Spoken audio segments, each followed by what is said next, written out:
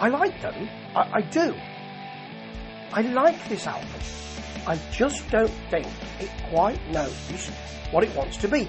And yet, Sledgehammer, and I knew of them during the new wave of British heavy metal because they were a band that got around. They supported Motorhead, they supported an awful lot of bigger NWOBHM acts. Not that Motorhead were NWOBHM, let's not have that argument right now. But a lot of bigger acts of a metal nature. And it took them a while to produce an album, which is the story for so many bands. I mean, you can look at Diamond Head and say, there it is, writ large. There were a load of bands who didn't produce anything in the peak years of new wave of British heavy metal, which, let's say, is 78, 79, through to about 82. Their album came out in 83. And it's called Blood on Their Hands. And I love the variety of it. But I do think that probably people might have thought, I can't remember at the time whether they did. I don't remember hearing it much at the time. It wasn't available to me at the time. People in my area didn't listen to it at the time. And that's nothing to do with them being out of Slough or anything and me being in Nottingham. But, in fact, not even in Nottingham. Halfway between Nottingham and Derby, actually. But I do think that for me now, listening back and with a rosy tint, I like her rosy tint, nice girl, if I may use that word, which I have. Nice woman, there you go. With a sort of rosy glow. I like that Rosie as well. Lovely, nice to have a pint with. Anyway, of new wave of British heavy metal, the kind of nostalgia, you know.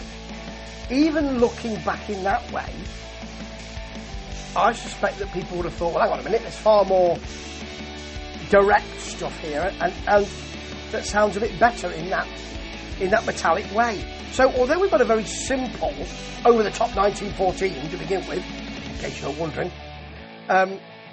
with a bit of, it breaks down to a bit of a contemplative, elegiac feel, and it comes rushing back in with a scudding riff. It's got hammer, this. That's more or less all it's got. But then you pick up Perfume Garden. I mean, including the title in a way, because it is indie, with some portentous vocalising, but it's indie riffing, really, with a kind of 80s pop feel to it as well. A bit of prog. There'll be quite a lot of prog in this, and quite a lot of pop as well, actually. I know. Because when you've got Food and Sex Man, what a great title for a track, it's old, kind of early 80s pop ska, with a bit of new wave in there as well. I mean, we did have the second wave of ska, and although I was a new wave of British heavy metaler, I liked that as well, and I had to keep both sets of friends completely separate. Now, with that big bass, they're a little bit stranglers, and then they're down to a bit of a bluesy offering, with a rangy solo. You can see what I'm saying, can't you? When they're all over the shop, and not quite sure what they want to be. But I love that. I love the Indian pop of Feel Good. I love the almost rockabilly, and then down to thinner new wave of British heavy metal, NWOBHM, rock chops. I like that. Really simple. The title track, well, the band track. It's called Sledgehammer itself.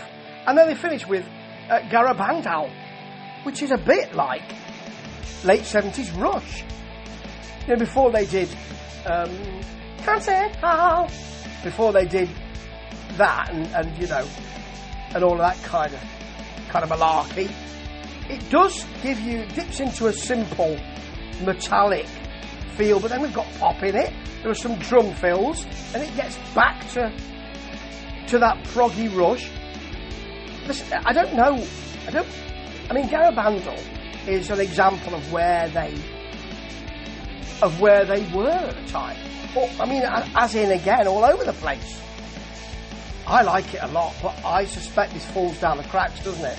Maybe I'm not right, and maybe this album was a massive success, but I don't remember it being featured that much on The Friday Rock Show with Thomas the Vance. I don't remember it being featured that often. And I also wonder whether it's just too varied.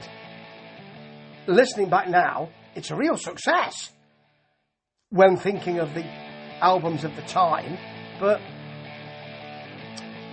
there were an awful lot of bands around plugging you into the metal and plugging you into the classic rock, and these kind of diversions weren't always welcome. And maybe at the time they wouldn't have been welcome for me, but right now I love them. Ta-ta.